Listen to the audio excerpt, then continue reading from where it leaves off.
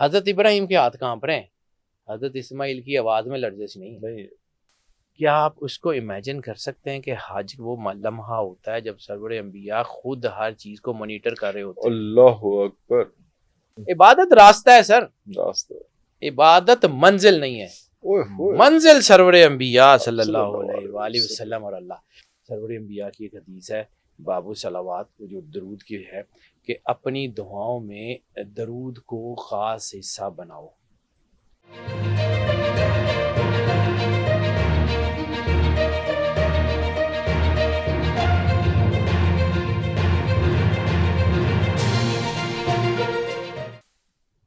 مطلب آدم آرگیو کرتے تو وہ اپنے آرگیو میں حق بجانب ہوتے کہ مالک تو نے فیصلہ کیا تھا مجھے زمین میں بھیجنے کا، آج مجھے کہہ رہا غلطی کی بنیاد پہ اتر جاؤ۔ لیکن آدم نے کیا کیا؟ حق پہ ہوتے ہوئے، سب کچھ جانتے ہوئے ہاتھ جوڑ کے کہتے ہیں مالک میں نے ظلم کر لیا، سبمیشن، ربنا ظلمنا، اپنے پہ ظلم۔ ٹھیک ہے، آپ کو آیت کریمہ جو ہم اکثر پڑھتے ہیں، ٹھیک ہے، لا الہ الا انت سبحانک انی کنت من الظالمین، میں ہی ظالموں میں، ٹھیک ہے، اپنے آپ کو ایکسیپٹ کرنا۔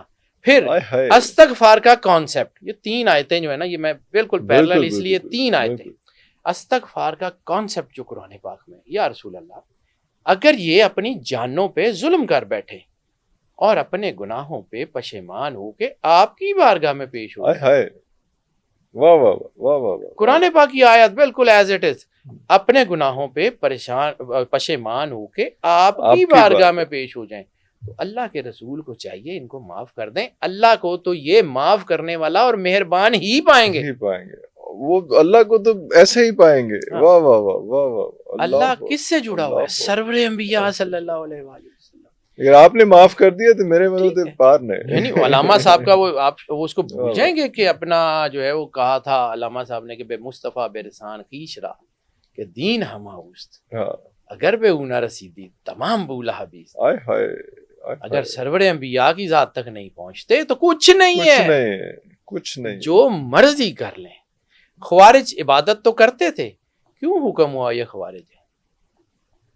کیوں جو ہے یہ خوارج کے بارے میں کلابہم نار کہا گیا، آگ کے کتے کہا گیا؟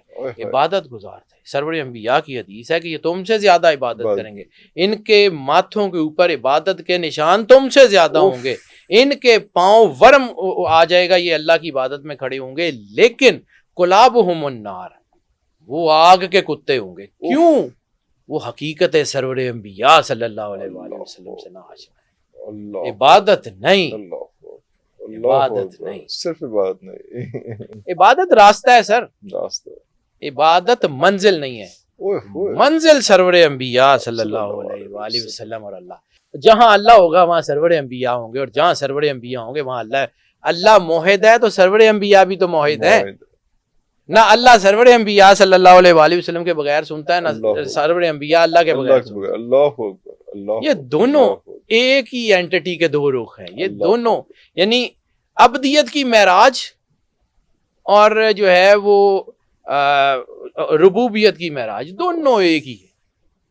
یہ آپس میں ہم ان کی تنویروں کی وجہ سے روشن ہے، ہم ان کی تنویر کی وجہ سے، ہمارا اپنا کیا ہے؟ کچھ بھی نہیں۔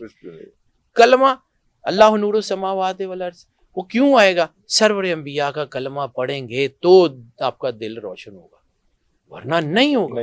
جو مرضی کر لیں، مطلب ہم لوگ یہ جو ہے وہ آخری نبی سرور انبیاء کو نہیں مانتے تو کافر ہیں، جو مرضی کر لیں، جو مرضی کر لیں۔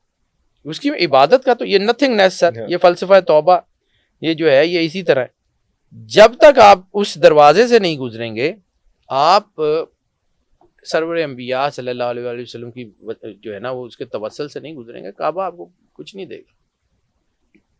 اب آپ کو دعا قبول کیوں ہوتی ہے؟ یہاں پہ ایک دعا کا بھی فلسفہ ہے، دعا کا بھی ایک فلسفہ ہے کہ سرور انبیاء صلی اللہ علیہ وآلہ وسلم کو اپنی دعاؤں کا حصہ بناؤ۔ سرور انبیاء کی ایک حدیث ہے باب صلوات جو درود کی ہے کہ اپنی دعاؤں میں درود کو خاص حصہ بناؤ۔ کیوں؟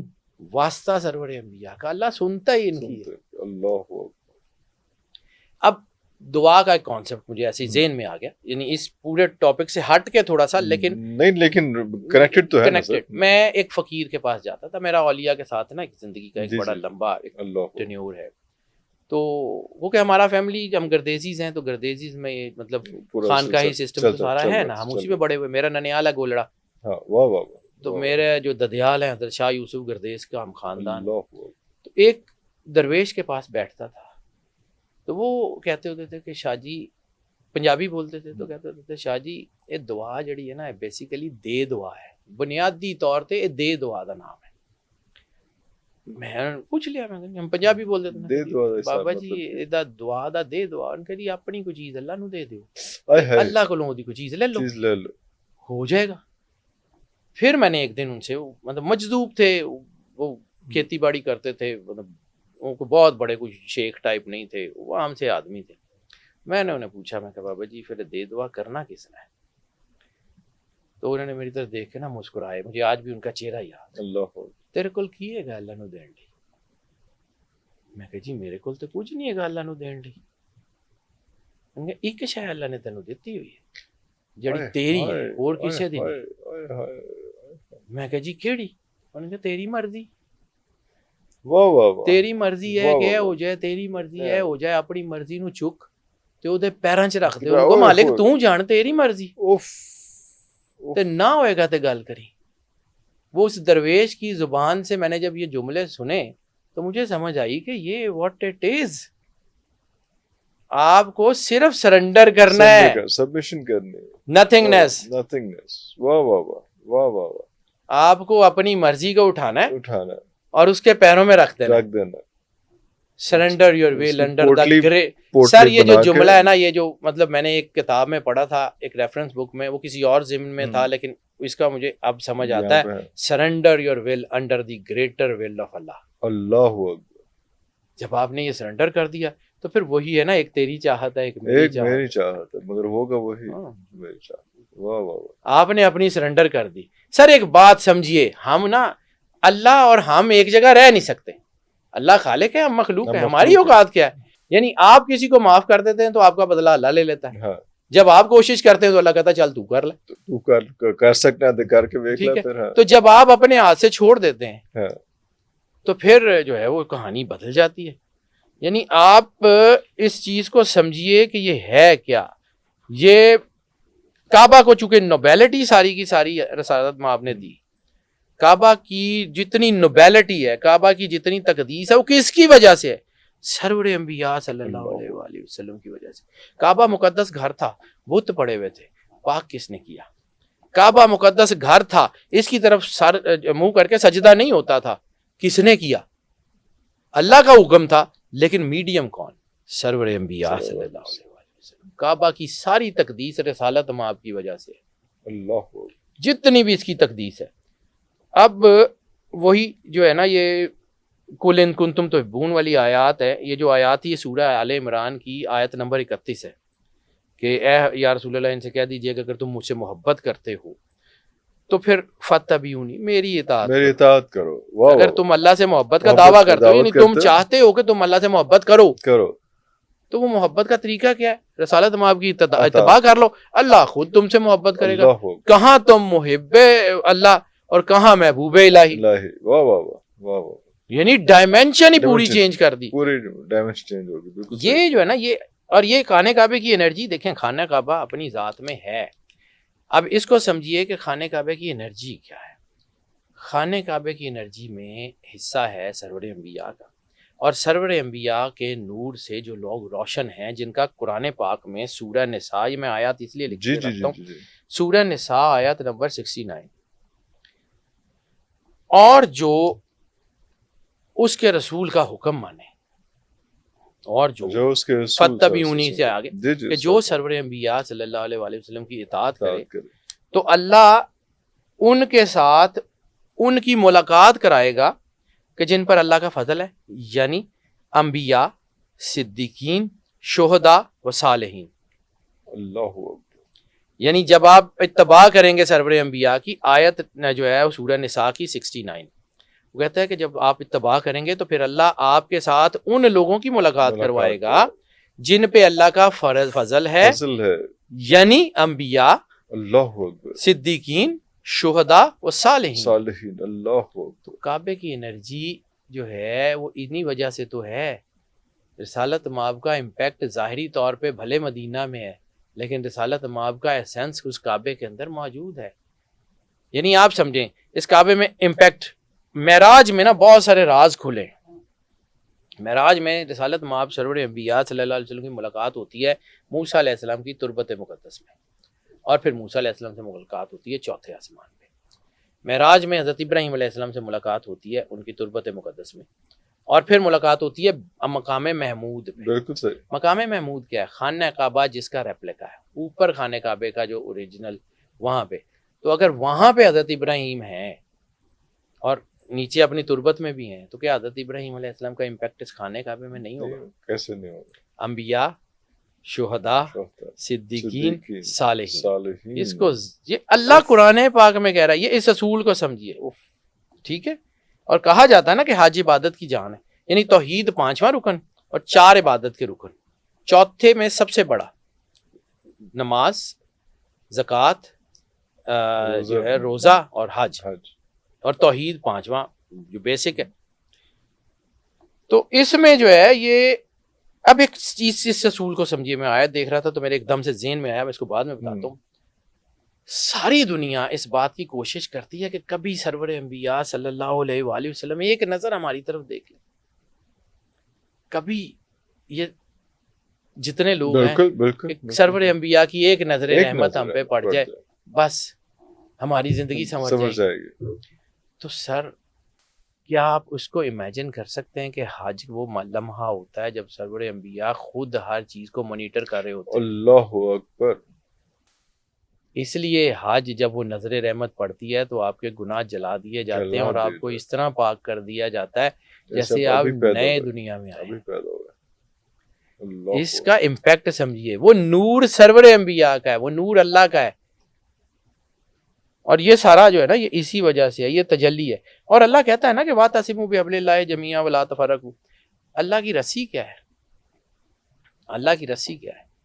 سرور انبیاء صلی اللہ علیہ وآلہ وسلم، دین کا سینٹر آف گریویٹیشن کیا ہے؟ رسالت مآب۔ اس رسی کو، یعنی جس سے رسول اللہ نے محبت کی اس سے محبت، جس سے دشمنی کی اس سے دشمنی۔ جس محبت کا معیار بھی سرور انبیاء، دشمنی کا معیار بھی سرور انبیاء، ذاتی نہیں، پرسنل کوئی نہیں، پرسنل کچھ نہیں۔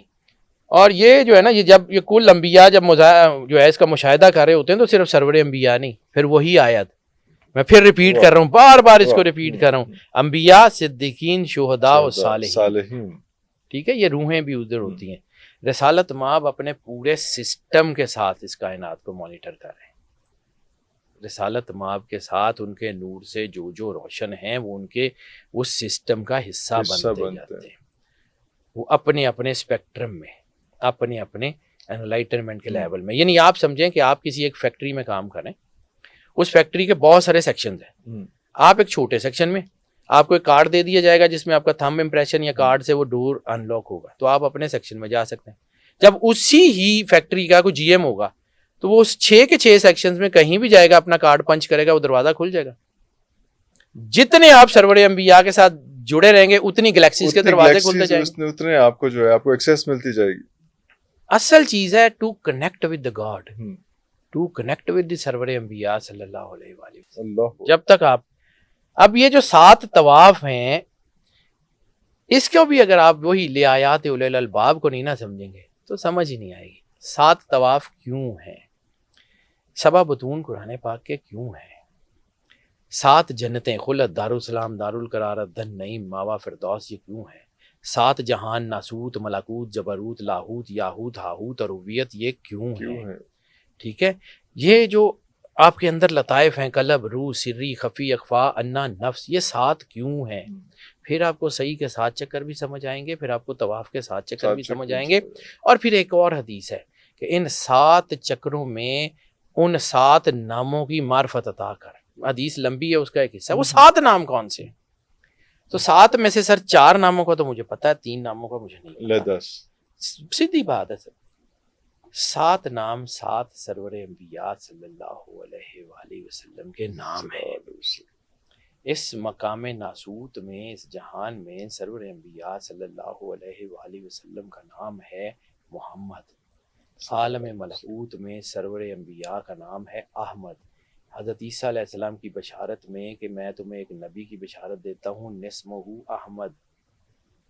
عالم ملکوت میں سرور انبیاء صلی اللہ علیہ وآلہ وسلم کا نام ہے احمد. عالم ارواح میں ان کا نام ہے حامد. اللہ اور مقام محمود پہ سرور انبیاء کا نام ہے محمود. اللہ یہ ساری تنویریں، یہ سارے جہان، یہ سارے بطون، یہ ساری انرجیز، یہ ساری کی ساری چابیاں سرور انبیاء کے نام سے. اس سے آگے سرکار کے 3 کیا نام ہے سر؟ مجھے نہیں پتا، میرا علم اس سے آگے جانے سے عاجز ہے. جب انہوں نے نہیں بتایا، فرشتوں نے کہا تھا نا لا علم لنا الا ما علمتنا، کہ ہمارے پاس تو اتنا ہی علم ہے جتنا آپ نے ہمیں دیا. مجھے کیا پتا ان کے آگے. یہ وہ 7 نام ہے، مجھے یہ سمجھ آتے ہیں. ان کی معرفت یعنی 7 جہان، 7 بطون کائنات کے 7 جنتیں، 7 دوزخیں، 7 کا سارا عمل، یہ سارے کا سارا رسالت ماب سرور انبیاء کی ذات میں بند ہے. اسی کی تنویریں ہیں. مجھے تو یہی سمجھ آتی ہے. حاجی جب خانے کعبے میں جاتے ہیں تو کیا کہتے ہیں؟ لبیک اللہم لبیک لبیک لا شریک لک لبیک ان الحمد والنعمت لک والملک لا شریک لک. کیوں؟ اپنی جب آپ کسی جگہ پہ جا کے اپنی سی وی کرتے ہیں وہ کیا کہتے ہیں؟ I render my services for this job submission. لبیک اللہم لبیک حاضر سبمیشن. حاضر. اور جب یہاں سے حاضر نہیں ہے تو پھر کچھ بھی نہیں. کوئی نہیں. زبان سے کہہ بھی دیا لا الہ تو کیا حاصل؟ دل و نگاہ جو مسلمان ہیں تو کچھ بھی نہیں. علامہ صاحب سر، علامہ صاحب یعنی حاجی یہی کہتے ہیں نا کہ میں اپنی زندگی کا سارا لباس اتار کے ایک ایک کر کے صرف تیری بارگاہ میں ایک ہو کے، اب کٹھے ایک طرح ہو کے تیری بارگاہ میں حاضر. مالک کرم کر دے. تو جب اللہ یہ کہتا ہے تو پھر یہ چیزیں ہوتی ہیں. اب اولے الامر جو ہے نا، اطیعوا اللہ و اطیعوا الرسول، یہ جو آیت ہے یہ سورہ نساء کی 59 آیت ہے. یا ایھا الذین آمنوا اطیعوا اللہ و اطیعوا الرسول و اولی الامر منکم. ٹھیک ہے، تو یہ جو ہے یہ اولی الامر جو ہے اس کا میں نے پہلے بھی ذکر کر دیا. تو یہ جو ہے سمجھیے اولی الامر تھوڑا سا، میں صرف ایک چیز کو سمجھاتا ہوں. ایمان ایک مقام ہے نا، اسلام نور دل میں آیا. ایمان کی معراج کیا ہے؟ کل ایمان. تو سرور انبیاء صلی اللہ علیہ وآلہ وسلم نے کل ایمان کس کے بارے میں کہا؟ جب احزاب کی لڑائی تھی اور عبد ود آیا تو سرور انبیاء کی ذات انتہائی کام، انتہائی کمپوزڈ، انتہائی شاندار پرسنالٹی، یعنی ان کی زندگی میں کوئی حرف اٹھا ہی نہیں سکتا. واحد سیرت کا جملہ ہے جس میں سرور انبیاء نے درست زبان استعمال کی ہے. مل آزل قلب. اس کتے کے لیے کون جائے گا؟ عبد ود کے بارے میں جب عبد ود نے آ کے سرکار کے دروازے پہ، خیمے پہ آ کے گستاخی کی، اپنا نیزہ سرکار کے خیمے کے دروازے پہ گھاڑا اور گستاخی کی، تو سرور انبیاء کے چہرے کے اوپر جلال کے اثار تھے اور آپ نے فرمایا مل آزل قلب. اس کتے کے لیے کون جائے گا؟ 3 مرتبہ مولا کائنات اٹھے، 3 مرتبہ روکا، پھر مولا کائنات کو بھیجا. تو کیا کہا کہ کل کفر کے مقابلے میں کل ایمان جا رہا ہے. اللہ، کل ایمان جا رہا ہے. پھر علی کی جو ہے وہ خندق کی ایک ضرب ثقلین کی عبادت سے بہتر ہے. حدیث ثقلین موجود ہے، وہ مستند ہے، مشکات میں، بخاری میں، ابو داؤد میں، تمام جگہ، مسلم میں موجود ہے. طاہر القادری صاحب نے اس حدیث کے اوپر، حدیث ثقلین کے اوپر بہت خوبصورت کام کیا، وہ بھی ان کا مقالہ پڑھنے والا. خیر ٹو کٹ شارٹ، جب یہ تھا کل ایمان تو اس کا مطلب ہے کہ وہ امیر المومنین کی ذات. جب مولا علی فرماتے ہیں کہ میں رسالت کے ساتھ ہمیشہ اس طرح رہا جیسے ہرنی کا بچہ اس کے ساتھ، تو جو لوگ ہرنوں کو ان کو سمجھتے ہیں تو اس کا بچہ مر جاتا ہے، وہاں سے دور نہیں جاتا. اور ہرنی اپنے بچے کو چھوڑ کے اگر کہیں پھنس جائے، ہرنی اپنے بچے کو چھوڑ کے نہیں جاتی. ٹھیک ہے، یہ سمجھیے. اب اولی الامر منکم کو سمجھیے، اور اس اولی الامر منکم جس کے بارے میں سرور انبیاء صلی اللہ علیہ وآلہ وسلم نے جو ہے اشارہ کر کے کہا تھا، اس اولی الامر منکم کا مقام سمجھیے. یعنی وہ اولی الامر منکم جو کائنات میں بہت بڑے درجے پہ ہے، اس سے اچھا فقیہ کوئی نہیں، اس سے اچھا عالم کوئی واہ نہیں، واہ، اس سے اچھا شجاع کوئی نہیں، اس سے اچھا جو ہے وہ جنگجو کوئی نہیں، اس سے اچھا جو ہے وہ قرآن کا انٹرپریٹر کوئی نہیں، کوئی نہیں، اس سے اچھا منصف کوئی اللہ نہیں، اکبر، اس سے اچھا قاضی کوئی واہ نہیں، واہ واہ، ٹھیک ہے۔ لیکن ان کا مقام کیا ہے؟ جب سرور انبیاء نے گلے سے لگا کے کہا یا علی انتا اخی فی الدنیا والآخرہ، تو مولا علی علیہ السلام کی آنکھوں میں آنسو ہیں اور ہاتھ جوڑ کے کہتے ہیں انا عبد عبیدک یا رسول اللہ۔ اللہ اکبر، بولے لمر منکم کا درجہ یہ ہے کہ وہ رسالت مآب سرور انبیاء صلی اللہ علیہ وآلہ وسلم کے جوتوں پہ لگی ہوئی گرد کو اپنی چادر سے صاف کرتے ہیں۔ آپ کو سرور انبیاء صلی اللہ علیہ وآلہ وسلم کا مقام سمجھ آتا ہے؟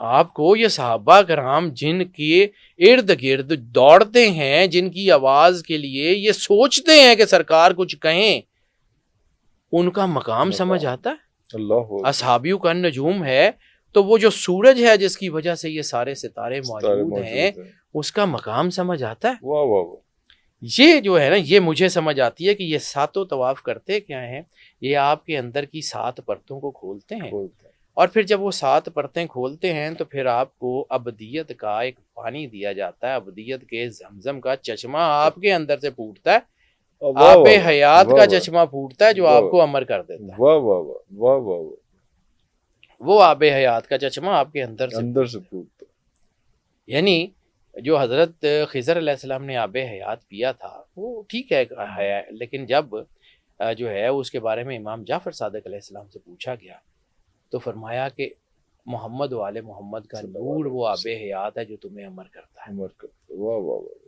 جب تک وہ ابدیت کا نور، جب آپ رسالت مآب کی محبت میں خانہ کعبے کے گرد جاتے ہیں تو وہی 7 چکر صحیح کے حضرت حاجرہ نے لگائے تھے اور 7ویں چکر کے اوپر زمزم نکلا تھا۔ پہلے بھی دے سکتے تھے، اللہ چاہتا تو قادر نہیں ہے کیا؟ وائس 7 ہاں ہاں، یہ ایک کانسیپٹ ہے، حج کو کوئی ایسی چیز نہیں ہے کہ بس وہ مرضی سے ہوگی، اس کے پیچھے پوری پوری ڈائمنشن۔ فلسفی، اب آ جاتے ہیں قربانی، یہ قربانی ہو گئی وفدائی نہ ہو بذبح نذیر۔ تو ہمارے لوگوں کا خیال ہے کہ قربانی جو ہے نا یہ سم کائنڈ آف خیرات ہے، یا اللہ کی راستے میں گوشت ذبح کریں اور بانٹ دیں۔ تو سر اللہ انبیاء کو بھی عباد اللہ الصالحین کہہ کے بلاتا ہے، جیسے حضرت خضر کا تعارف کراتا ہے عبد صالح، تو جس طرح ہر عبد صالح نبی نہیں ہوتا لیکن ہر نبی عبد صالح ہوتا ہے، ہر نبی عبد صالح ہے بالکل صحیح، لیکن ہر عبد صالح نبی نہیں ہے۔ اسی طرح قربانی جو ہے وہ ایک طرح کی خیرات ہو سکتی ہے، قربانی میں خیرات موجود ہے لیکن خیرات میں قربانی نہیں ہے۔ اوکے، خیرات میں قربانی نہیں ہے، قربانی میں خیرات موجود ہو سکتی ہے۔ اس سسٹم کو سمجھیے، پھر آپ کو سمجھ جائے گی کہ قربانی جو ہے وہ ہے کیا، پھر آپ کو کوثر سمجھ آئے گی، انا اعطیناک الکوثر۔